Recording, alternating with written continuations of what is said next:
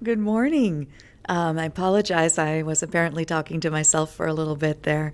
I want to welcome everyone who has joined us for today's webinar, Burnout Busters, Tips to Lower Leadership Stress. I catch myself starting out every webinar that I deliver by saying how much I care about the topic. I guess, you can understand that as I'm going about the course of my work, the passion that I feel for helping leaders to connect with the very special strengths that leaders are called upon to bring to bear every day. That's what keeps me going. And so thank you again for joining us today. And thank you on behalf of all the people for whom you make a difference in your organizations. Thank you for stepping up as a leader. I have a ton of respect for you.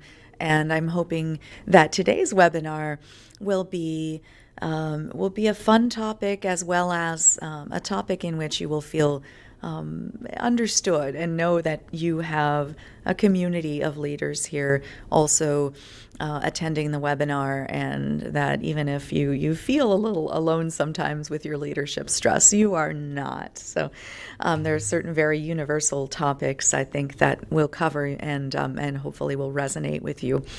A couple of housekeeping rules to start off with. Please do mute yourself to cancel any background noise, and know that we will have a Q&A session at the end, and hopefully you'll have some questions or comments that you would like to share.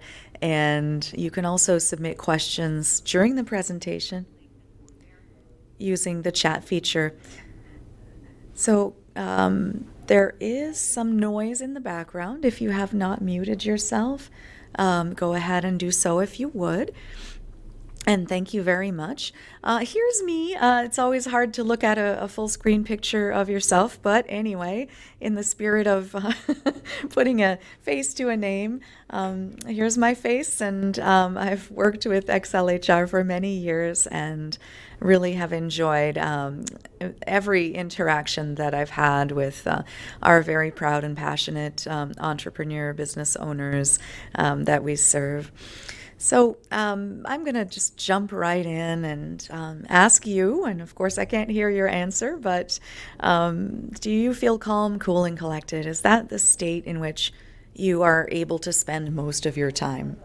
Or maybe sometimes you feel like a stress magnet. So if you do, that's okay. You can become stress kryptonite. For those of you who grew up on Superman and Superwoman, you might know about kryptonite.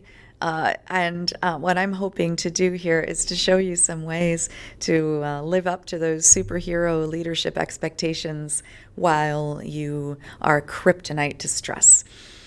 Which is a superpower in and of itself, right? Imagine if you were able to go beyond coping with stress and be able to not only reduce it within yourself, but also to affect the stress levels going on around you in positive ways. I believe that that is true leadership, and that is the hardest part of leadership. We can task, we can be good at giving instructions and keeping projects on track. And there's this whole other thing that goes on the inside of leadership that is like the duck paddling on a river. The little legs are paddling furiously, but on the surface, it is the appearance of calm, cool, and collected. So the goal is to help you feel that way on the underneath as well. The good news is that you've got a lot going for you. I promise you are wired for this, and we'll go into different ways to understand better the way in which we are wired and how to make it work to our best advantage. You've got a lot going for you after thousands of years of research. This is a little tongue-in-cheek here. Yogis and monks and sages have been personally experiencing for many years different ways to affect the mind-body state to be more effective in life in various ways. And now is an exciting time in which science is starting to come through with a lot of very interesting findings arising from studies on the topic of how to transmute, bypass, and rise above stress. But first, let's look at why we leaders are just as vulnerable to stress as all the other mere mortals. You've heard this term probably so many times, fight or flight state. And I just want to say that the studies have also shown that most of the population in our society is in a low-grade fight or flight state most of the time. And you can blame that on our hardwiring, which maybe has not evolved as fast as the demands in our society have changed in the past century, let's say. And everyday stressors that we respond to in our bodies in a way that's meant to defend us against physical danger tend to result in a little bit of overkill. So we are in a low-grade stress response overdrive most of the time, unfortunately, and that includes even when we're just in traffic, defensive driving, and so on, or even a lot of the communications that we may have in a business setting can tend to come with their own challenges. So the fight or flight response can happen to different degrees, and at a low grade, it means that the body and the mind are under sustained stress. And unfortunately, you would think that when we sleep at night, we can completely disconnect from that state. Unfortunately, we really don't. So it's important to learn to manage stress while we are awake and train ourselves, and that will begin to reflect not only in smoother interactions and more effective leadership, but also in better sleep, better physical health. But the fight or flight response itself is not a bad thing, of course. It's meant to divert energy to the parts of our brain and our body that power our defense mechanisms so that we can survive in dangerous situations. And of course, the nature of dangerous situations has also changed over time. And the fight or flight response does drain us of our ability to think with clarity about the more complex things that we need to think about in leadership. It makes it harder to innovate or even to respond thoughtfully, to be responsive rather than reactive to the needs of those around us and what situations demand. So when we are in that low-grade fight or flight response, which most of us are by default, we can task, but we can't really lead, and we get unhealthy. And it's not just fight or flight. This is the thing.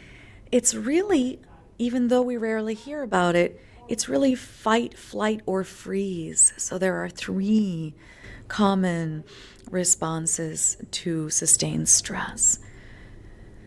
And that means that even if we stay in place and we have the most courage we can possibly muster in the face of stress, our best efforts can be sort of paralyzed. So stress is not good for productivity either, but ironically, a sense of emergency is often embraced as a value. And that's understandable because when we look at people, we want to see them demonstrating that they know that their contributions and what you've asked of them is important to them. And so we all report to someone who wants to see that we are taking very seriously the needs at hand, right? And we are in leadership positions because we've been identified as extra able and extra willing to respond and help others to do so. But there is a difference between a sense of emergency and a sense of importance. So a calm and focused state would actually help things to get done faster and with less wasted energy. This is very interesting. Let's look at here a very simplified picture of what happens to your brain on stress. And as you know, of course, the brain is the control and command station for most of the functions that have to do with responding and thinking and little things like that. So if you see on the diagram the low emotion state, and this doesn't mean that you don't care, it means that you are in a state of relatively undramatic emotion. And so you can see here it's described as a calm, relaxed state. It also tends to go with focus. So the higher cortex, the higher functions of your brain essentially that evolved after the ones that are closer to the brainstem, after the reptilian instincts, the higher cortex is illuminated, is active, is online when you are in a relatively neutral state of emotion. When you're in a high emotion, what happens, and that's illustrating the fight or flight response, and again, can happen to some degree or another, but here we're showing an extreme version of being in fight or flight motion, in high emotion like anger, fear, excitement, even love, hate, disgust, frustration. The higher cortex, the higher thinking functions of the brain are purposely disabled so that we can put all our energy into responding to a threat. Now, the problem is that this function evolved to help us respond to threats more along the lines of a tiger chasing us. So when it comes to the threat of a looming deadline, for instance, very good one, and I have to tell on myself, when I was preparing this presentation, I was the poster child for what not to do, right? I was up late last night putting the finishing touches on it, and I was not breathing very well, and I was feeling worried that I would show up and mess everything up, and so you see there's a real difficult to break cycle of negative self-talk, and it all just serves to make us, with every fiber of our physical beings, believe that we are truly under attack. So there is something called an amygdala, and you can see that in the drawings too, which are the brain's smoke detector, in the words of Dr. Bessel van der Kolk. There's a lot of good studying on these phenomena in Holland. His book is called The Body Keeps the Score. You might want to check it out. And he calls the amygdala the brain's smoke detector. So the amygdala, they detect the stress chemicals that are released by the body when we perceive stress. Now remember the word perceive, because we are not totally at the mercy of this whole feedback loop. Cortisol and adrenaline are the chemicals that the amygdala respond to in order to activate this disabling of our higher thinking functions. There's a lot else that goes on, but that's the basics. And you can see how this connects to leadership, right? Because great leaders versus stressed out leaders. Let's take a look here. Great leaders, and hopefully you all have had experience with one and have had your moments where you've been proud of yourself too. Great leaders have the ability to transform reactions into thoughtful responses as appropriate. So instead of just a knee-jerk automatic response, you are able to make that response the best that you would have liked it to be. So something you can be proud of. You're able to tap into effortless clarity, so you're not sitting there thinking, oh, I can't. Why can't I think straight? This is, you're able to just most easily come to the simplest, most elegant answer. You enjoy better health, and great leaders also inspire others just by being the way they are, and that raises morale. Now, stressed out leaders, on the other hand, have the ability to pretend that they're not stressed. So we can all do that, and I think that we probably all get by on that to some extent.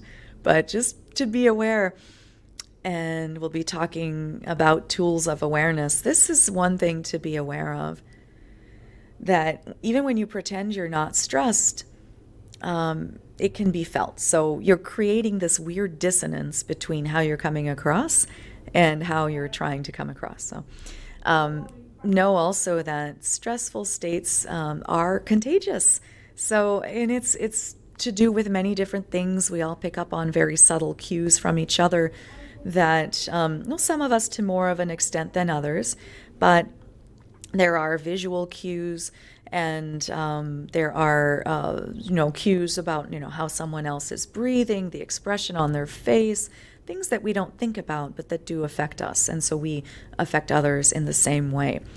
Stressed out leaders have the ability to enjoy higher levels of cortisol, heartburn, and interpersonal conflict. Sorry, I couldn't resist. Cortisol, as we touched on before, is a very prevalent problem in our society. It is the stress hormone. The best known stress hormone contributes to, among other things, weight gain and all kinds of other issues. Stressed out leaders have the ability to lower morale in a single leap and bound. So obviously, my attempt at a little bit of humor there, the point being that when you're stressed out, you really are not enjoying leadership. And it's possible to tap into states in which you can absolutely enjoy the experience and be at your most effective. So again, tools of awareness. That's one of the areas that I'm going to present to you. Not everything that I present to you will stick or seem practical for you, but hopefully some will, and you'll leave with at least one new thing to try that you will remember through the upcoming very, very much less peaceful than we would like it to be holiday season. So perception and assessment. So those are two different things, right? We perceive through our senses, and then quite automatically, as human beings, we tend to assess.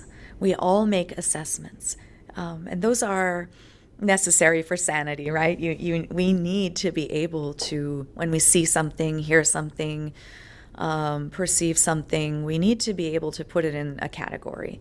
Now, the trick is that it can also bite us if we jump too fast to any sort of judgment that would narrow our ability to really see the situation in front of us. So can we separate perception from assessment, which is a type of judgment? So the picture of a person looking through a lens at a landscape is a really good analogy. Your experience, your life experience, your leadership experience, all the reasons why you have been entrusted to the position you've got, those all create a vantage point, the place from which you are looking at everything. Your skill and your talent, let's say that's the camera. That's what allows you to take a good snapshot of what you see. Now, your mood, it adjusts your focus. So unwittingly, we notice, we assess differently according to our beliefs and our moods. So let's talk about mood for a second. Before, we talked about how being in a slightly more neutral emotional state does leave us with more access to thinking more clearly and coming up with the most effortlessly clear, simple, elegant solutions, right? And help us to be the most present with people. You would think that it's desirable to be ecstatic and extremely happy. Not even, because that's another example of an extreme mood, right? So we do notice right off the bat, what the camera is going to focus on will change according to what you are predisposed to see. If you can just know that, just keep that in mind. And if you are experiencing any level of irritability rather, know that you are predisposed to leap to a judgment that people are doing that to you. And so I've touched on this on a previous webinar too. There's a cycle of alienation that happens, starts within yourself, and again is contagious. If you can pause before you make an assessment about what you're seeing, hearing, there will be a more neutral level of emotion that you experience. So this feeds into mindfulness. So it's the Zen of noticing without judgment. So you notice your physical reaction to a trigger. That's another very, very helpful tool. When we talk about mood and emotion, and we talk about amygdala hijack, releasing all these chemicals, you know that when you are triggered to feel stressed out, you know that you're also probably tightening your shoulders, your jaw, you're probably tightening the muscles in your face, your all kinds of things like that. So the more you can notice your physical reactions, the more you can detach from them and begin to reverse them. So if you're hunching, then roll your shoulders back, lift and open your rib cage a little so you're not compressing your lungs and lacking oxygen, and so on and so on. Know that while your thoughts are valid, and your judgments, they are valid too. You are, again, a human being, right? But just see if you can catch yourself when you realize you've been triggered by stress and you're in a fight or flight response to some degree or another. See if you can tell yourself, aha, yes, it is, even though my thoughts right now and my judgments and my feelings are very intense, they're probably not the ones to trust. They're probably not the best ones to have at this moment. So if you can, and again, this is the Zen of mindfulness, if you can narrate for yourself, wow, that's really something. There is strong presence of an urge to yell, or there is the urge to jump across the table and shake this person by the shoulders. Of course, these are not things you would actually do, but you might, when you're feeling frustrated, experience some relief even just by saying to yourself, yep, wow, I am frustrated. Wow, that's really something that, and just be with yourself so that you're not trying to make these things go away. But just by noticing them, you are distancing from them. So you're at the same time, you're being a good friend to yourself in doing that, in going, yeah, wow, this is really some strong, righteous anger that I'm feeling. And I'm going to just let that be. That's cool. I'm going to let it pass.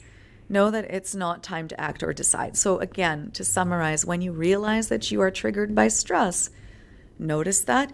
Notice how your body is responding to it. Witness that. See what you can reverse easily. And also notice the moods and emotions that are influencing how you're responding to what's in front of you. Validate all of that. Be your own coach. And no, this is interesting. A 90-second delay can make a world of difference. And I say 90 seconds specifically because actually that's been studied in neurobiology, that an emotion lasts 90 seconds only if you don't feed it. So that right there, that is why a meditator will practice so long.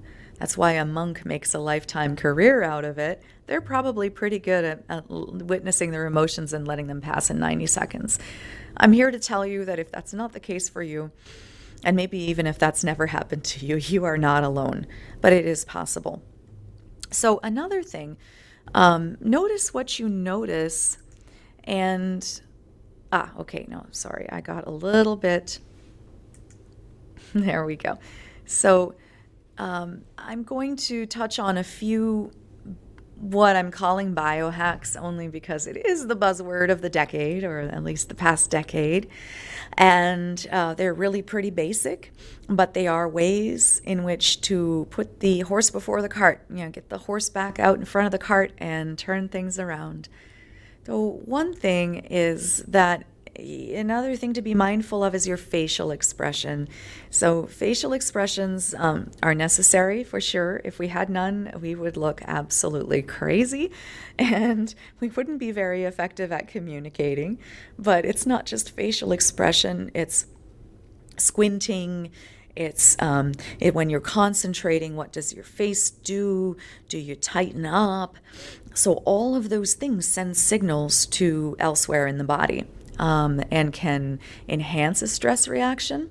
So on the flip side, if you gently lift your cheeks while you're thinking of something comforting or pleasant, you can begin to shift your mood. And so you can begin to shift the chemical state of your body. And so you can begin to have access to your best self, your highest, clearest thinking, your creativity, and all of those good things. So smiling activates the release of these tiny molecules they call neuropeptides, and those help neurons communicate, so it helps your brain function optimally, causes also dopamine, endorphins, serotonin to be released. All of those increase well-being, and they can even lower blood pressure and heart rate. So it's a beautiful cycle that does not have to be vicious, right? If you know these things and you begin to notice your own reaction to stress, like I said, you can start to put the cart before the horse again. So as another benefit, the endorphins that you release when you do cultivate a feeling of genuine smile, an inner smile, they're a natural pain reliever as well. So that headache that you might find yourself developing throughout the day, this is a way to help turn that around. And breathe.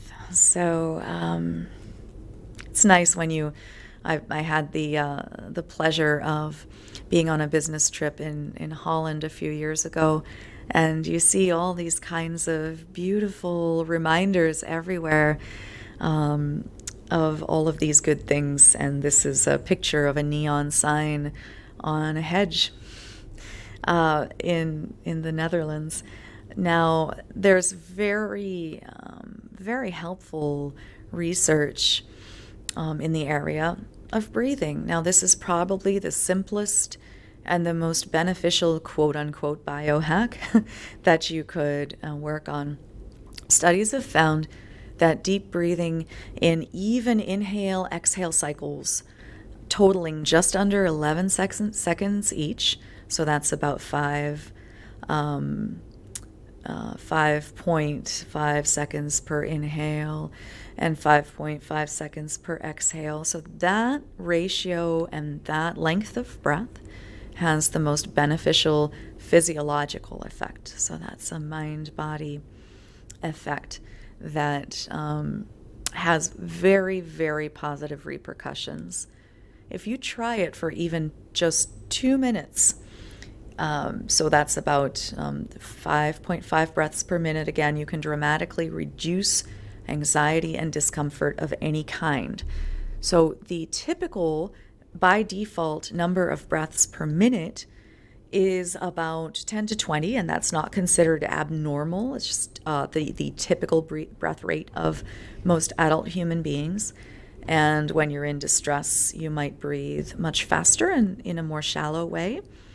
So essentially, most of us breathing 5.5 breaths per minute would be slowing down our breath quite a bit. The bonus here is that you will, when you breathe in this way, you'll be perceived as more charismatic, more in control, and more trustworthy. Try it when you have a difficult conversation to engage in.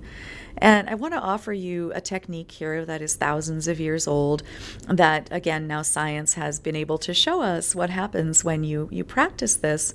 And it's breathing through one nostril at a time. It's a technique that is both energizing and very helpful in focusing. So if you have a difficult task to do, you need to think hard, try this first. It can be done. A lot of these things, if you don't feel comfortable doing them out in the open, I suggest going and finding a bathroom stall or anything like that where you can have privacy, or close your office door. So the instructions are here. You would exhale completely and then block your right nostril with your right thumb, and that should take about 5.5 seconds. Then you inhale through your open left nostril for 5.5 seconds and block that with your fourth finger. Exhale through the right nostril. It's kind of like having a peace sign where you rest the second and third fingers just above the bridge of your nose, and you can straddle your nostrils with your thumb and fourth finger like this, and you keep alternating nostrils. And one of my favorite things that I didn't indicate here, but is to add some aromatherapy. So peppermint or any pleasant scent like citrus, a very pure oil, so that you don't introduce allergens into your system. But that's a favorite trick of mine that I hope you might enjoy. Now I'm going to be your mother for a moment. Listen to me. You cannot live on air and coffee and discipline alone. It is not always mind over matter. I have learned this one the hard way, time and again. And my most recent area of fascination is, wow, when you have a vitamin and mineral deficiency, this can wreak some very shocking levels of havoc on your system. So whereas you may have been blaming yourself for, gosh, what's the matter with me? I just feel like I can't get enough energy to even get through my day, let alone tackle these huge challenges that I have on my plate. What's wrong with me? Well, you know what? The answer to that is way too often, I need to get it together. I need to, go and eat a chocolate bar and drink some coffee, and then I'm going to be okay. That'll give me energy. Is that true? I've had to ask myself lately, why am I going to get that junk food? Because I believe it's going to give me a boost in energy. Is that true? Probably not. So it's really hard to resist. But if you're finding yourself feeling really low in energy and having a lot of unhealthy food cravings, know that it's probably absolutely not your fault. You probably have some vitamin, mineral deficiencies that are affecting your energy level and your ability to think. For instance, one common one, relatively common, anemia, low iron, would affect the ability of your blood cells to actually carry enough oxygen to your brain to think properly, to carry enough oxygen to your organs so that they can function properly. So don't be the hero. Listen to your mother or somebody else's mother. Go to the doctor, ask for blood work. For me, another thing was vitamin D3. You've probably been hearing about vitamin D3 a lot, but it's true. Most of us are vitamin D3 deficient. And for me, it was coupled with low iron levels.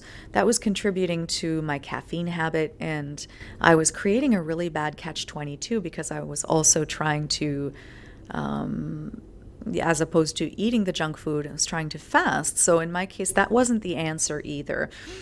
There are some resources. I put one down at the bottom of this slide. It's not an endorsement.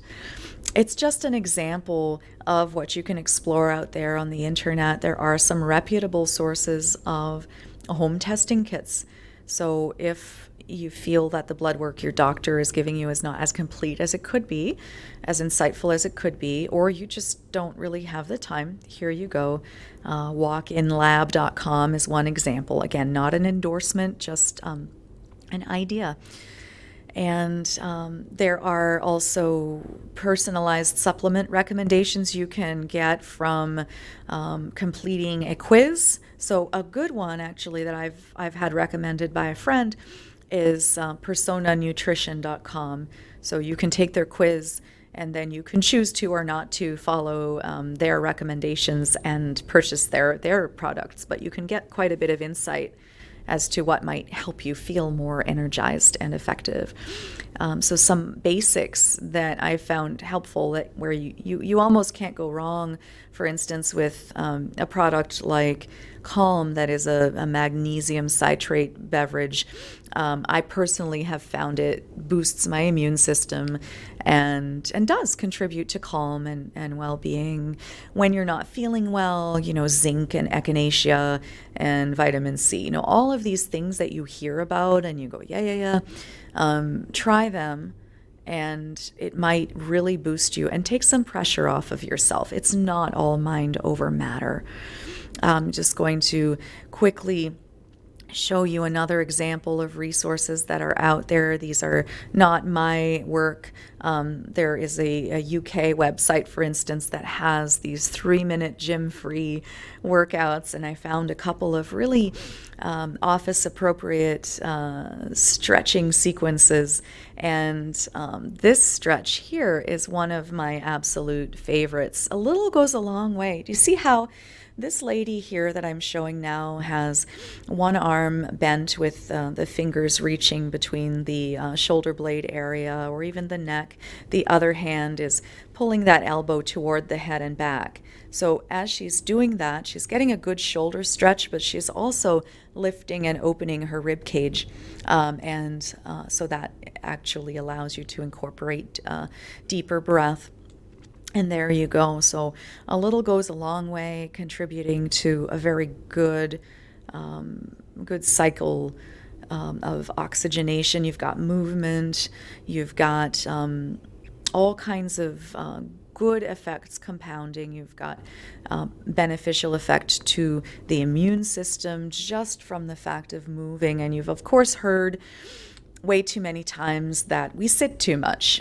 So a little bit, just maybe standing up while you're on a phone call and stretching. And I won't go too much into that, but check it out on the on the internet, and build a Pinterest board is what I was trying to say. A little trick that I will give you as well with regard to stretching is, while you're stretching, if you are using one hand to pull the other arm into a stretch, for instance, just a moment of resistance against the stretch for a few breaths, and then a deeper releasing into the stretch. That's a way to enhance the effect of any simple stretch that you do using isometrics.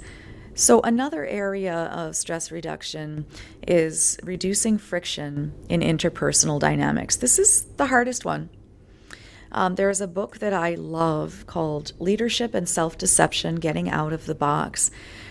In a nutshell, a very small nutshell, the theory is that when we're quote unquote inside the box, we view others as objects, like a threat or an obstacle, almost like you're watching a movie, but not really relating to the fact that it's a sentient human being in front of you. So our needs and our wants are much more important than the person in front of us.